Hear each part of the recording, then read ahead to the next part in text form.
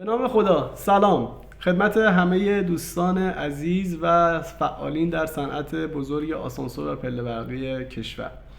اینجا تلویزیون آسانسور ایران هستش، EIT. بنده سید میثم دریاواری هستم، میزبان شما در این تلویزیون. ما قرار هستش اینجا مصاحبه هایی رو برگزار کنیم، تهیه کنیم برای صنعت آسانسور، فعالین و متخصصین، کارشناسان ارشد و همچنین تولید کنندگان برتر، و قرار هستش پیشرفت های شرکت های مختلف و همچنین پیشرفت های این صنعت رو شاهد باشیم.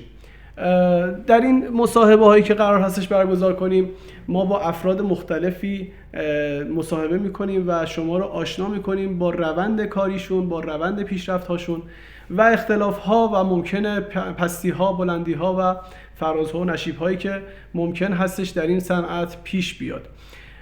افرادی از قبیل دوستان اتحادیه، دوستان در واقع سندیکا و تولید کنندگانی که در این صنعت دارن فعالیت میکنن. در اولین مصاحبه ما میخوایم دعوت کنیم از جناب آقای مهندس شریعت، مدیر عامل محترم شرکت فاخر اندیشان ماندگار با در واقع اسم اختصاری روغن فاخر، که انشالله برای همه شما آشنا هستن. سلام عرض میکنم خدمت شما جناب آقای شریعت. خیلی خوشحالم که در اولین اپیزود مهمان برنامه ما هستید و اینکه به ما افتخار دادید و تشریف آوردین در این برنامه تلویزیونی آسانسور ایران.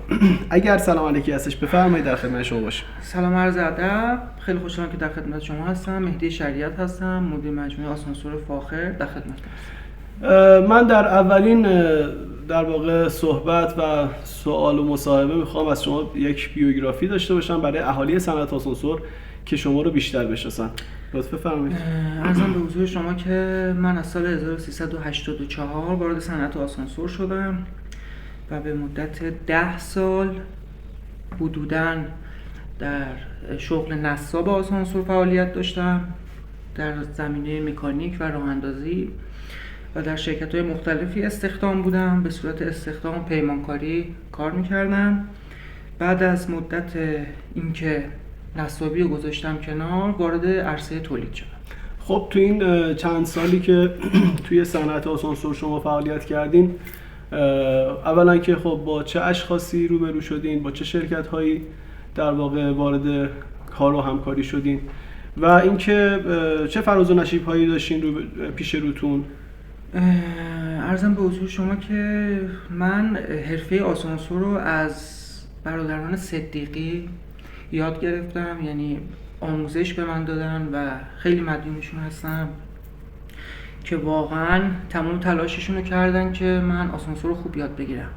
بعد از اون با جناب آقای مجید عبداللهی شرکت تهران تک آشنا شدم و مدت 5 سال استخدام ایشون بودم و ایشون هم توی پیشرفت من در صنعت آسانسور خیلی تاثیرگذار بودن.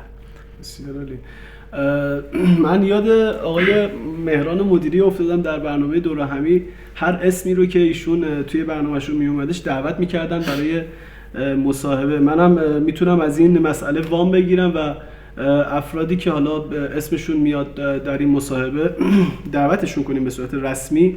آقایون برادران صدیقی و همچنین آقای مهندس عبداللهی که از اساتید و در واقع برجسته ترین در واقع شخص صنعت آسانسور هستش، دعوتشون کنیم که تشریف بیارن و در مصاحبات ما شرکت کنیم.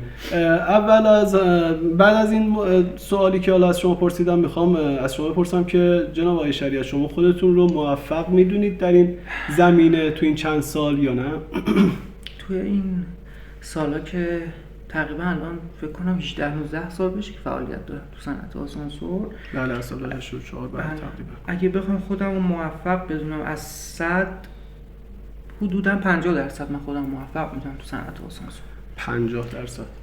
یعنی من الان خودم فکر میکنم که تازه خیلی راه دارم که بتونم به اون چیزایی که میخوام تو صنعت آسانسور برسم. پس اهدافی رو برای خودتون در نظر گرفتین که به امید خدا به همه هدفاتون دست پیدا کنید. بله. جناب شریعت، تو این چند سال حالا که در واقع تو بحث تولید وارد شدید، تو زمینه تولید دارید کار انجام میدید، با چه چالش هایی روبرو بودید که حالا اگر دوستان ما بخوان در واقع صحبت های شما رو بشنون بیشتر آشنا بشن؟ ببینید به نظر من تو ایران یا حالا تو صنعت ما یا شاید تو صنعت‌های دیگه از تولید کننده اونجوری که باید باشه حمایت نمی‌کنن و تولید کننده از اون ابتدای راه همیشه تنها بوده تا بخواد پیشرفت کنه، محصول تولید کنه و اینا هیچ حامی و حمایتی نداشته و این چالش ها هم همیشه پیش روش بوده. یعنی اینکه یه تولید کننده من بخوام یه چیزی رو اختراع کنم، کسی بیاد استقبال کنه یا حمایت کنه از طرف سندیکای آسانسور، اتحادیه آسانسور، نه اینجوری نبوده که بگن آقای شریعت شما اومدید اینو تولید کردید، مثلا چیز جدیدی تولید کردیم، ما شما رو حمایت میکنیم، مثلا رئیس سندیکایی بیاد، رئیس اتحادیه بیاد که تشویق کنه، حالا لحاظ همه چی مالی، لحاظ اینکه ما رو بیشتر تبلیغ کنه، نه اینجوری نبوده. تولید کننده همیشه تنها بوده. پس جناب شریعت شما میشه گفت انتظاراتی از سندیکا و اتحادیه آسانسور داشتید که تو این چند سالی که تو بخش تولید فعالیت میکنید یک سری حمایت ها از سوی این دو در واقع حالا هر چی میشه اسمشو گذاشت، ارگان، رسته، دسته یا هر اسم دیگه میشه براش انتخاب کرد، یه سری حمایت ها از طرف اینها بشید. حالا من سوالم اینجاست که آیا دیگر تولید کنندگان هم این انتظارات رو دارند و حمایت شدند یا نشدند یا فقط شما هستین که این انتظارات؟ اکثر تولید کنندهایی که من باشون در ارتباط هستم و الان خیلی موفق هستن تنهایی به اینجا رسیدن. شاید خیلی انگشت شمار باشن که از سمت اتحادیه حمایت شده باشن، نه اینجوری نبوده. خب میشه این انتظار رو یک انتظار بیخود و بیهوده بدونیم؟ چرا انتظار بیخود؟ وقتی توی صنف و یه صنعتی که یه نفر میاد یه چیزی جدیدی رو تولید میکنه یا حالا اختراع میکنه، اون سندیکا و اون اتحادیه وظیفش اینه که بیاد حمایتش پس بکنه. شما یک وظیفه ای از سمت سندیکا و اتحادیه میدونید. خب چقدر به محصول خودتون اطمینان دارید که این محصول نیاز به حمایت و در واقع پشتیبان داشتش از طرف مسئولین؟ چند تا از محصولات من واقعا اگر حمایت میشد و حمایت بشه خیلی بیشتر میتونه دیده بشه در سطح حتی جهانی، در سطح خاورمیانه خیلی بیشتر میتونه. یعنی شما مدعی این هستین که محصولتون یک محصول در واقع یونیکه، کسی تا حالا این محصول رو تو سطح جهان نداشته و تولید نکرده. شاید هم بوده مشابهش، ولی توی ایران مدلی که روغندونی که من تولید کردم، حالا چه بزرگ چه کوچیک، و یا نوع بست تراویلی که من تولید کردم، نبوده.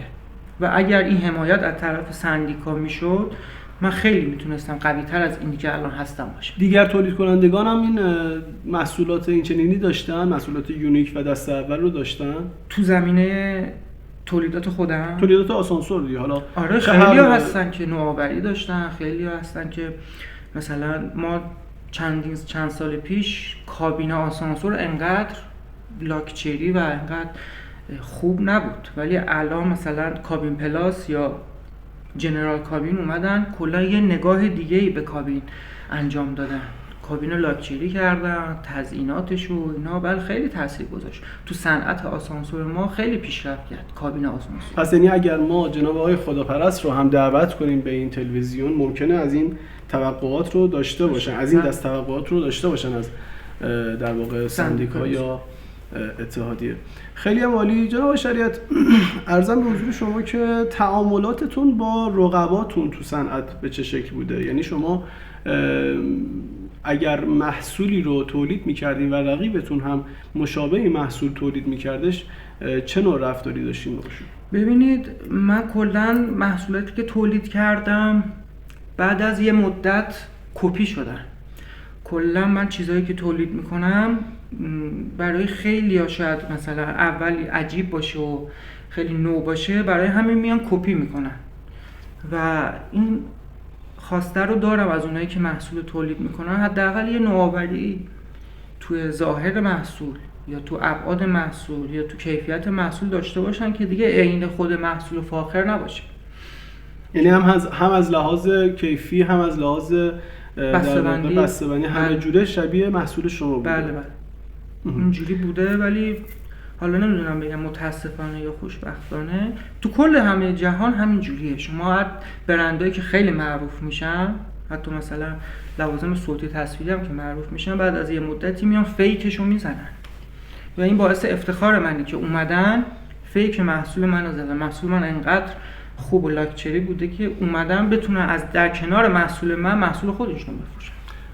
پس با این جمله‌ای که شما فرمودید یه جورایی رقباتون رو هم به چالش کشیدین که یعنی در واقع محصولاتی که اونها تهیه کردن و تولید کردن به قدر در واقع محصول شما کیفیت نخواهد داشت. و این در واقع باعث این شده که شما در واقع یک جنس محصول در واقع اصلی و با کیفیت برتر رو تولید کنید. حالا شما رقبای خودتون رو در صنعت در واقع اینجوری بهتره بپرسم که شما خودتون رو در صنعت بی‌رقیب میدونید آیا؟ بی‌رقیب که نمیشه گفت. تو این زمین محصولاتی که دارید تولید میکنید، حالا تو رسته خودم؟ تو رسته خودتون بله. نه، من رقیبی نمیبینم که بخواد همچین محصولی رو تولید کنه. چرا؟ حالا شاید مشابهش باشه، یه لول پایین‌تر باشه، ولی مثل محصول من نه، تولید نشده تا الان و من خودم رو در چندین سال آیندهم بدون رقیب میبینم. میتونم محکم اینو بگم. این ادعا از کجا میاد جناب شریعت؟ از خلاقیتی که تو ذهنم هست، از محصولاتی که میخواد بعداً تولید بشه، از نوآوری، از اون مدتی که نساب بودم، علاوه فنی، همه اینا رو در کنار هم بذاریم، به نظر خودم کسی فعلا نمیتونه رقیب من بشه. این خلاقیت از کجا میاد؟ از این که به حال شما یک ایده پرداز به حساب میاد، با این تعاریفی که داشتیم تا الان یک ایده پرداز به حساب میاد. خب این ایده ها از کجا اومده تا الان؟ ایده هایی که تولید شده شاید بخشش برمیگرده به جوانی و نوجوانی من، چون من از اول به رشته فنی خیلی علاقه داشتم و همیشه دوست داشتم که یک محصولی تولید کنم. حالا اون موقع تو کار آسانسور نبودم، ولی دوست داشتم یه محصولی تولید کنم که برای خودم باشه، منحصر به فرد باشه، خیلی لاکچری باشه. هم میگم از دوران بچگی اینجوری بوده، این ایده ها از ریز ریز شکل گرفت. یک مدت زمانی بوده شما در صنعت خیلی بولد شده بودین و میشه گفت توی اکثر مجامع، اکثر همایش‌ها و در واقع جمع‌های آسانسوری شرکت داشتین، ولی بعد از اون به مدت میشه گفت 4-5 ماهی کمرنگ شده بودین. میشه بپرسم دلیل این کمرنگیتون چی بود؟ چند تا دلیل داشت. یه سری دلایل شخصیم بود که باعث شد که یه مقدار فاصله بگیرم.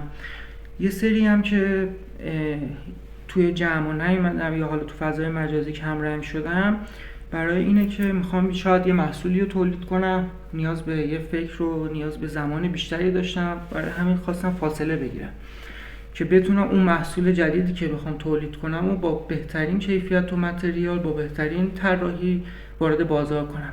یه بخشیش هم میگم به خاطر مسائل شخصی بود. پس با این صحبت ها من متوجه این شدم که میشه گفت نویدی رو میتونیم به اهالی صنعت آسانسور بدیم، به اسباب اینکه قرار هستش یک رویداد بزرگی در صنعت شکل بگیره با محصول جدیدی که قرار هست شما انشالله وارد بازار آسانسور کنید. من تنها سوال یا میتونم بگم حالا جزء آخرین سوال هایی که میتونم از شما بپرسم این هستش که آیا افرادی هستن در ذهن شما که بخواید به چالش بکشیدشون و دعوتشون کنید به عنوان یک فردی که باهاش مناظره کنید و باهاشون صحبت کنید یا نه؟ به عنوان مناظره نه، ولی توقعات میگم دارم از سندیکای آسانسور، از مهندس ابریشمی. واقعا من توقع دارم که حمایت کنن. بیشتر از اینا من توقع دارم از ایشون و حالا امیدوارم که بعد از دیدن این فیلم نظرشون در رابطه با تولید کننده ها عوض بشه، حداقل در رابطه با من عوض بشه و بتونن حداقل یه بخشی از تولید من حمایت کنن. یه بخش کوچیکش رو بتونن حمایت کنن. ولی از کسای دیگه که بخوام باهاشون مناظره کنم، میگم من محصولم انقدر لولش بالا هستش که فعلا با کسی نیست که بخوام مناظره کنم. ما این برنامه تلویزیونی رو یک برنامه در واقع چالش برانگیز داریم تهیه میکنیم. حالا از مصاحبه هایی که در واقع با شما و افراد دیگه انشالله خواهیم گرفت. به حال یک سری افراد هستن که ممکنه زاویه داشته باشن با تعاریف و صحبت شما آیا حاضر هستید که توی این مناظره ها شرکت کنید و بتونید صحبت کنید و جواب بله باشید؟ مشکلی نداره. اگر کسی با حرفای من مخالفتی داشت اعلام کنه، حالا طبق برنامه‌ای که شما میچینین حالا مناظره انجام میدیم، مشکلی نداره. بسیار عالی. من خیلی سپاسگزارم از حضور فرمایی شما در این مصاحبه، در این برنامه تلویزیونی آسانسور ایران EIT و این نوید رو به بینندگان عزیزم میدم که انشالله پس از چندی ما با افراد دیگه‌ای، حالا افرادی که جناب شریعت نامشون رو در این مصاحبه آوردن، مصاحبه‌هایی رو تهیه کنیم و بتونیم چالش‌هایی رو ایجاد کنیم و رفته رفته جذابتر و جذابتر بشه این برنامه. سر تا سر کشور قرار هستش که ما دعوت کنیم از تولید کنندگان و افراد برجسته. جناب شریعت خیلی خوشحالم و خیلی خوشحالتر شدم از اینکه با شما مصاحبه کردم و این رو هم خدمت شما عرض کنم که ما انشالله چند وقت آینده این مصاحبه به صورت حالا یا اینستاگرام یا یوتیوب یا آپارات در این فضاها منتشر خواهد شد. اگر کلامی هستش به عنوان کلام آخر، ما در خدمت شما هستیم. ممنونم، خیلی خوشحال شدم. مرسی که این فرصت در اختیار من گذاشتین و از تولید کننده هایی که در رسته من هستن باز هم دعوت میکنم اگر میتونین بیاین محصولی که من تولید کردم و تولید کنید، با هم رقابت کنید، کپی نکنین، یک نوآوری و یک ابتکار به خرج بدین و با من رقابت کنین. اگر میتونین، من این ادعا رو دارم که تا الان هیچ رقیبی نداشتم و منتظرتون هستم. ممنون از شما که این فرصت رو اختیار من گذاشتید. تا برنامه بعدی، خدا نگهدارتون.